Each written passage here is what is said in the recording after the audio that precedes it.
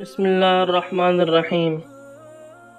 النحل، شہد کی مکھی اپنی عقل اور فراست اور حسن تدبیر کے لحاظ سے تمام حیوانات میں ممتاز جانور ہے، اس لیے اللہ تعالیٰ نے اس کو خطاب بھی امتیازی شان کا کیا ہے۔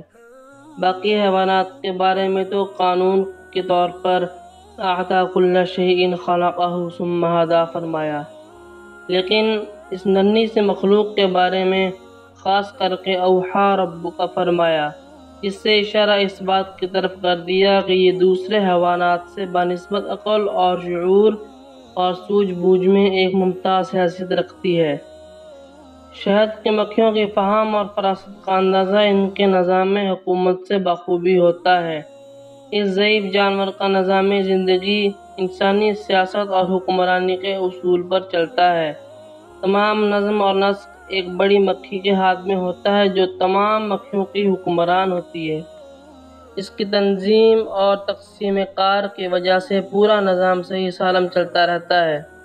اس کے عجیب اور غریب نظام اور مستحکم قوانین و ضوابط کو دیکھ کر انسان کی عقل حیران رہ جاتی ہے۔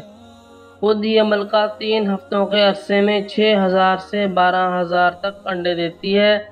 یہ اپنی قد و قامت اور وضع کے لحاظ سے دوسری مکھیوں سے الگ ہوتی ہے۔ یہ ملکہ تقسیم کار کے اصول پر اپنی رعایا کو مختلف امور پر مامور کرتی ہے۔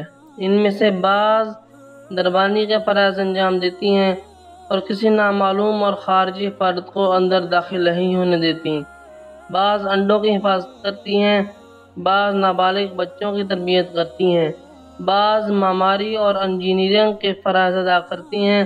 ان کے تیار کردہ اکثر چھتوں کے خانے 20,000 سے 30,000 تک ہوتے ہیں۔ بعض موم جمع کر کے معماروں کے پاس پہنچاتی رہتی ہیں، جن سے وہ اپنے مکانات تعمیر کرتے ہیں۔ یہ موم نباتات پر جمے ہوئے سفید قسم کے صفوف سے حاصل کرتی ہیں۔ گنے پر یہ مادہ بکثرت نظر آتا ہے۔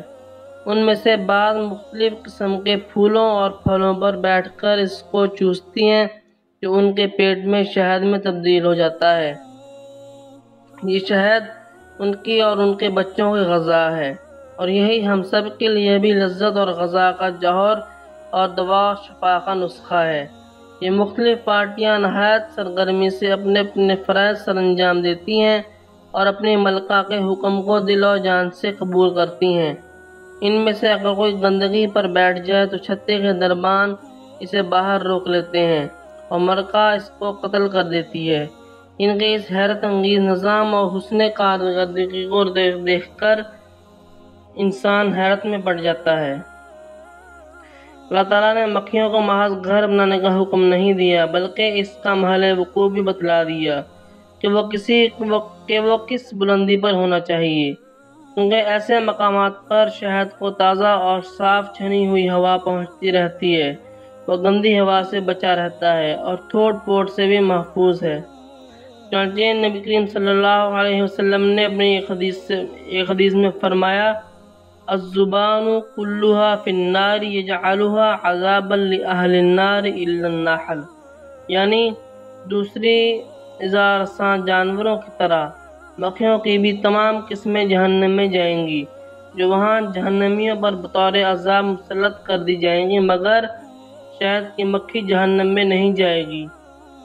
ایک اور حدیث میں آپ صلی اللہ علیہ وسلم نے اس کو مارنے سے منع فرمایا۔